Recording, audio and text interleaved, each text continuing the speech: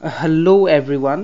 আজি এই ভিডিঅ'ত ক্লাছ 10 ৰ সায়েন্সৰ যি চেপ্টাৰ 2 আছে এচিড ক্ষাৰক আৰু লৱণ সেই চেপ্টাৰৰ কিছুমান এমসিকিউ কৰিম। তো ইয়াৰ প্ৰথম প্ৰশ্নটো হৈছে তলৰ কোনটো pH মানৰ পৰিসৰত মানৱ শৰীৰে ভালদৰে কাৰ্য কৰে 5.6 তকৈ কম 5.5 তকৈ কম 7 ৰ পৰা 7.8 0 ৰ পৰা 14 তো ইয়াত 7 ৰ পৰা 7.8 লৈ তলৰ কোনটো pH মানৰ পৰিসৰত আমাৰ দন্তক্ষয়ৰ সূচনা হয় 7.0 তকৈ কম 5.5 তকৈ কম 5.6 তকৈ বেছি 5.5 তকৈ বেছি তো ইয়াত 5.5 তকৈ কম সুৰাত পাতৰ শুঙে বিন্ধিলে তলৰ কোনটো এচিড নিশ্চিত হয় acetic acid citric acid lactic acid methanoic acid তো ইয়াক যেটো মিথানয়িক এচিড সেই মিথানয়িক এচিডটো নিশ্চিত হয়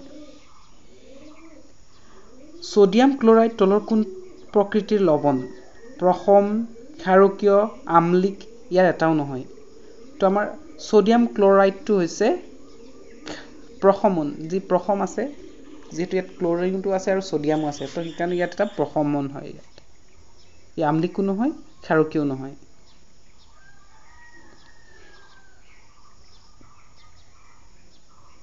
এবিধ তীব্ৰ এচিড আৰু এবিধ মৃদু ক্ষাৰকৰ বিক্ৰিয়াৰ ফলত উৎপন্ন হোৱা লৱণৰ প্ৰকৃতি তীব্ৰ এচিড আৰু মৃদু ক্ষাৰকৰ মাজত কি হয় ক্ষাৰকীয় আম্লিক হয় প্ৰসম আৰু এটাও নহয় ইয়াত আম্লিক হ'ব যেহেতু ইয়াত এচিডটো তীব্ৰ আৰু ক্ষাৰকটো মৃদু তো এখানে আম্লিক হ'ব বস্তু এবিধ তীব্ৰ ক্ষাৰক আৰু এবিধ মৃদু এচিডৰ বিক্ৰিয়াজাত লৱণবোৰৰ প্ৰকৃতি ক্ষাৰকীয় প্ৰসম আম্লিক ইয়াৰ এটাও নহয় তো ইয়াক ক্ষাৰকীয় হ'ব যেহেতু ক্ষাৰকটো তীব্ৰ হয়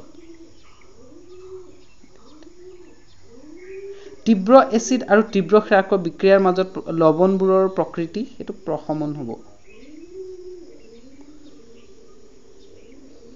তলৰ কোনটো অধাতৱীয় অক্সাইডৰ প্ৰকৃতি প্ৰসম CO2 SO2 H2O SO3 তো ইয়াত H2O অধাতৱীয় অক্সাইড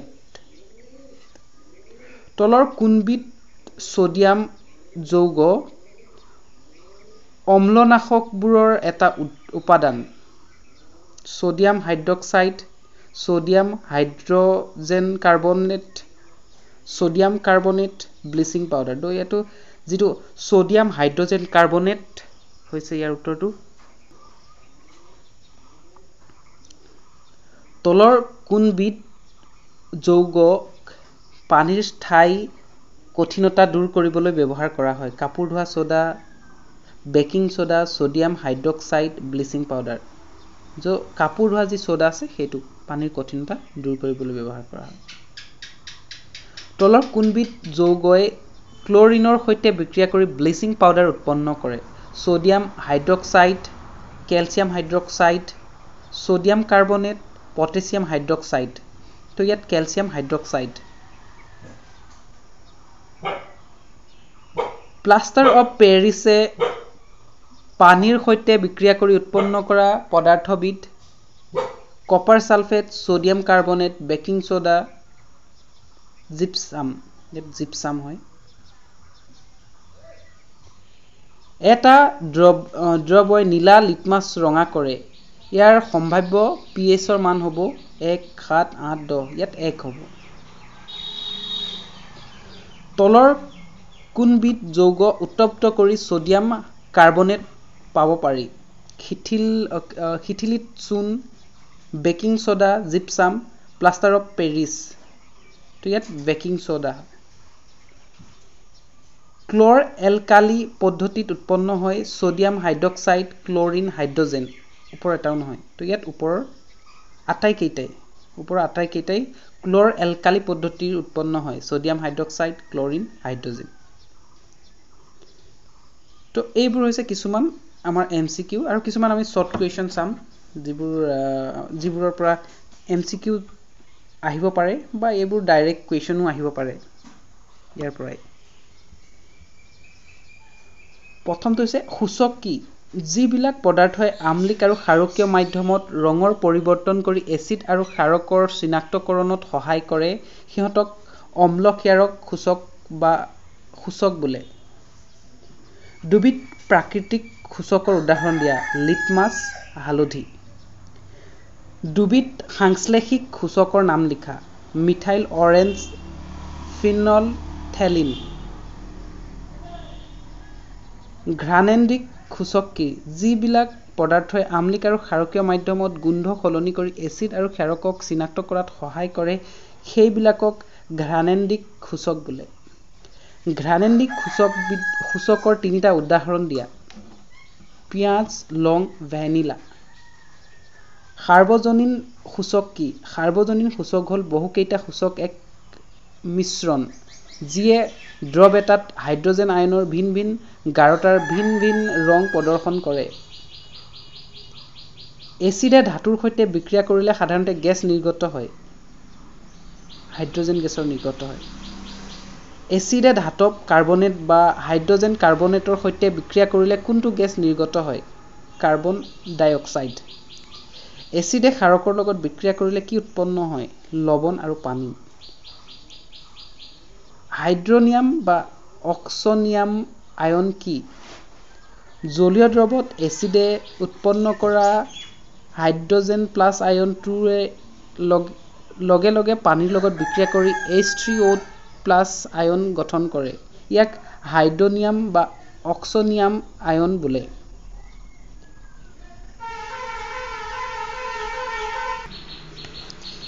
এচিড আৰু ক্ষাৰকৰ লঘূকৰণে কি বুজায়? এচিড আৰু ক্ষাৰক পানীৰে সৈতে মিহলালে প্ৰতি একক আয়নত H3O+ বা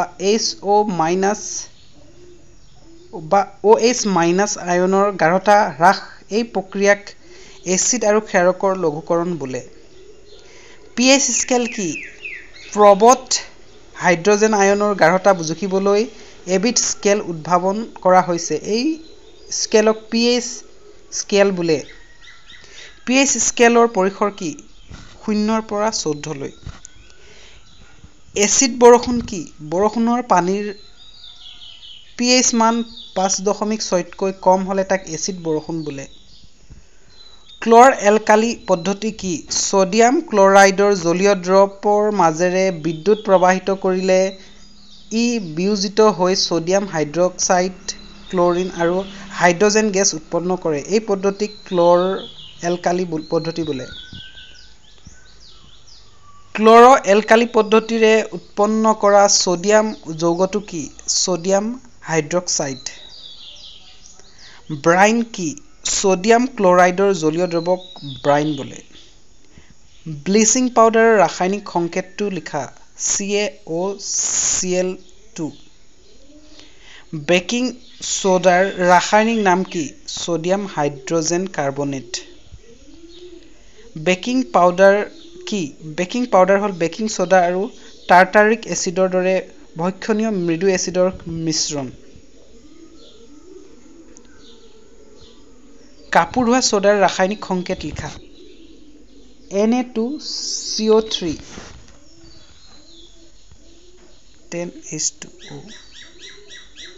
10H2O। কাপোৰ ধোৱা ছ'ডাৰ ৰাসায়নিক নাম কি? আৰ্দ্ৰ ছ'ডিয়াম কাৰ্বনেট।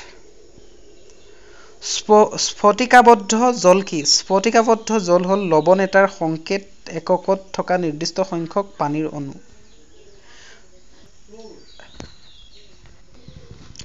দুবিধ স্ফটিকাবদ্ধ জল থকা লৱণৰ উদাহৰণ দিয়া।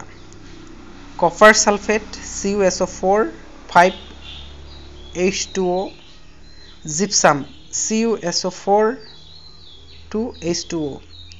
প্লাষ্টাৰ অৱ পেৰিছ কি? প্লাষ্টাৰ অৱ পেৰিছ হ'ল এবিধ বগা পাউডাৰ যাক ৰাসায়নিকভাৱে কেলছিয়াম ছালফেট হেমিহাইড্ৰেট CaSO4 1/2H2O হিচাপে জনা যায়।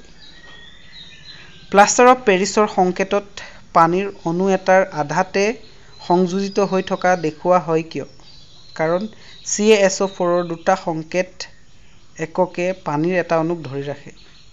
প্লাষ্টাৰ অৱ পেৰিছ কেনেদৰে উৎপন্ন কৰা হয়? জিপছামক 373 কেলভিন উষ্ণতাত উত্তপ্ত কৰিলে ই পানীৰ অণু হেৰুৱাই কেলছিয়াম সালফেট হাইড্ৰেট বা প্লাষ্টাৰ অফ পেৰিছৰ পৰিণত হয়। হাইড্ৰক্লৰিক এচিড আৰু সোডিয়াম হাইড্ৰক্সাইডৰ বিক্ৰিয়াৰ ফলত উৎপন্ন হোৱা লৱণবিধ কি? বিক্ৰিয়াটো লিখা। Sodium chloride HCl plus NaOH NaCl plus H2O। Sodium chloride কি প্ৰকৃতিৰ লৱণ? ইয়াৰ pH ৰ মান কিমান? প্ৰথম প্ৰকৃতিৰ। ইয়াৰ pH ৰ মান 7। ব্লিচিং পাউডাৰ কি? ই এবিধ বগা পাউডাৰ যাক ৰাসায়নিকভাৱে কেলছিয়াম অক্সিক্লৰাইড CaOCl2 হিচাপে জনা যায়। বেকিং সোডা কি? ই এবিধ মৃদু ক্ষাৰকীয় লৱণ যাক ৰাসায়নিকভাৱে সোডিয়াম হাইড্ৰজেন কাৰ্বনেট HCO3 হিচাপে জনা যায়। কাপোৰ ধোৱা সোডা কি? ই এবিধ ক্ষাৰকীয় লৱণ যাক ৰাসায়নিকভাৱে আৰ্দ্ৰ সোডিয়াম কাৰ্বনেট Na2CO3 10H2O হিচাপে জনা যায়। প্ৰশমন বিক্ৰিয়া কি? এচিড আৰু ক্ষাৰকৰ মাজৰ বিক্ৰিয়াৰ ফলত লৱণ আৰু পানী উৎপন্ন হয়। এই বিক্ৰিয়াক প্ৰশমন বিক্ৰিয়া বোলে। এটা প্ৰশমন বিক্ৰিয়াৰ উদাহৰণ দিয়া। HCl plus NaOH NaCl plus H2O। এটা দ্ৰৱত ফিনলফথেলিনৰ ৰং গুলপীয়া হয়। দ্ৰৱটোৰ প্ৰকৃতি আৰু pH ৰ মান কিমান হ'ব? দ্ৰৱৰ প্ৰকৃতি ক্ষাৰকীয়, pH ৰ মান 7তকৈ কম। এচিডে ধাতুৰ সৈতে বিক্ৰিয়া কৰিলে কি উৎপন্ন হয়? লৱণ আৰু হাইড্ৰজেন গেছ। এচিড আৰু ধাতুৰ মাজত বিক্ৰিয়াৰ এটা উদাহৰণ দিয়া। Zinc plus H2SO4 ZnSO4 plus H2। এচিডে ধাতব কাৰ্বনেট বা ধাতব হাইড্ৰজেন কাৰ্বনেটৰ লগত বিক্ৰিয়া কৰিলে কি হয়? লৱণ, কাৰ্বন ডাই অক্সাইড আৰু পানীৰ উৎপন্ন হয়।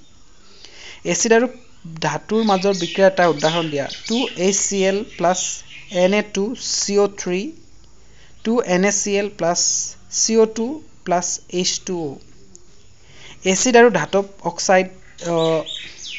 আৰু ধাতব হাইড্ৰজেন কাৰ্বনেটৰ মাজৰ বিক্ৰিয়াৰ এটা উদাহৰণ দিয়া। HCl plus NaHCO3 2NaCl plus CO2 plus H2O। চূণপানীৰ মাজেৰে কাৰ্বন ডাই অক্সাইড পাৰ হৈ যাবলৈ দিলে চূণপানীখিনি কিয় ঘোলা হৈ পৰে? চূণপানী আৰু কাৰ্বন ডাই অক্সাইডৰ মাজত হোৱা বিক্ৰিয়াৰ ফলত কেলছিয়াম কাৰ্বনেটৰ বগা অধক্ষেপ উৎপন্ন হোৱাৰ বাবে। কাৰ্বন ডাই অক্সাইডে চূণপানীৰ লগত কৰা বিক্ৰিয়াৰ ৰাসায়নিক সমীকৰণটো লিখা। CaOH2 plus CaCO3 plus H2O। ঘোলা চূণপানীৰ মাজেৰে অতিৰিক্ত CO2 পাৰ হৈ যাবলৈ দিলে চূণপানীখিনি পুনৰ ফটফটীয়া হৈ পৰে কিয়? কেলছিয়াম হাইড্ৰজেন কাৰ্বনেট উৎপন্ন হয় বাবে যি পানীত দ্ৰৱণীয়। ঘোলা চূণপানীৰ মাজেৰে অতিৰিক্ত কাৰ্বন ডাই অক্সাইড পাৰ হৈ যাবলৈ দিলে সংঘটিত হোৱা বিক্ৰিয়াটো লিখা। CaCO3 plus H2O plus CO2 CaHCO3 2। Acid আৰু ক্ষাৰকৰ মাজৰ বিক্ৰিয়াটো কি নামেৰে জনা যায়? প্ৰশমন বিক্ৰিয়া। এচিডে ধাতব অক্সাইডৰ লগত বিক্ৰিয়া কৰিলে কি উৎপন্ন হয়? লৱণ আৰু পানী। এটা এচিড আৰু ধাতব অক্সাইডৰ মাজৰ বিক্ৰিয়াৰ উদাহৰণ দিয়া। 2HCl plus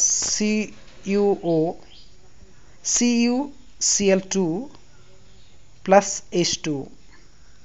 এটা বিকাৰত অলপ কপাৰ অক্সাইড লৈ তাত অলপ লঘু হাইড্ৰক্লৰিক এচিড যোগ কৰিলে প্ৰবৰ বৰণ কেনেকুৱা হ'ব? নীলা সেউজীয়া। এটা বিকাৰত অলপ কপাৰ অক্সাইড লৈ তাত কিছু লঘু হাইড্ৰক্লৰিক এচিড ঢালিলে কপাৰ অক্সাইডখিনি কি হ'ব? কপাৰ অক্সাইডখিনি দ্ৰৱীভূত হ'ব। ধাতব অক্সাইডবোৰ কি প্ৰকৃতিৰ ক্ষাৰকীয়? ক্ষাৰকে ধাতুৰ সৈতে বিক্ৰিয়া কৰিলে কি উৎপন্ন হয়? লৱণ আৰু হাইড্ৰজেন গেছ। ক্ষাৰকে ধাতুৰ সৈতে কৰা বিক্ৰিয়াৰ এটা উদাহৰণ দিয়া। 2NaOH plus Zn Na2ZnO2 plus H2। এটা পৰীক্ষানলত কেইটামান জিংকৰ দানা লৈ তাত 2 ml সোডিয়াম হাইড্ৰক্সাইডৰ দ্ৰৱ যোগ কৰা সংঘটিত বিক্ৰিয়াৰ সন্তুলিত ৰাসায়নিক সমীকৰণ লিখা 2NaOH plus Zn Na2ZnO2 plus H2 অধাতৱীয় অক্সাইডে ক্ষাৰকৰ সৈতে বিক্ৰিয়া কৰিলে কি উৎপন্ন হয় লৱণ আৰু পানী অধাতৱীয় অক্সাইডসমূহ কি প্ৰকৃতিৰ আম্লিক এটা অধাতৱীয় অক্সাইড আৰু ক্ষাৰকৰ মাজৰ বিক্ৰিয়াৰ উদাহৰণ দিয়া CaOH2 plus CO2 CaCO3 plus H2O ব্ৰাইনৰ মাজেৰে বিদ্যুৎ চালিত কৰিলে উৎপন্ন হোৱা সোডিয়াম যৌগ কি সোডিয়াম হাইড্ৰক্সাইড NaOH ব্ৰাইনৰ মাজেৰে বিদ্যুৎ প্ৰবাহ চালিত কৰিলে কি কি পদাৰ্থ উৎপন্ন হয় সোডিয়াম হাইড্ৰক্সাইড ক্লোৰিন আৰু হাইড্ৰজেন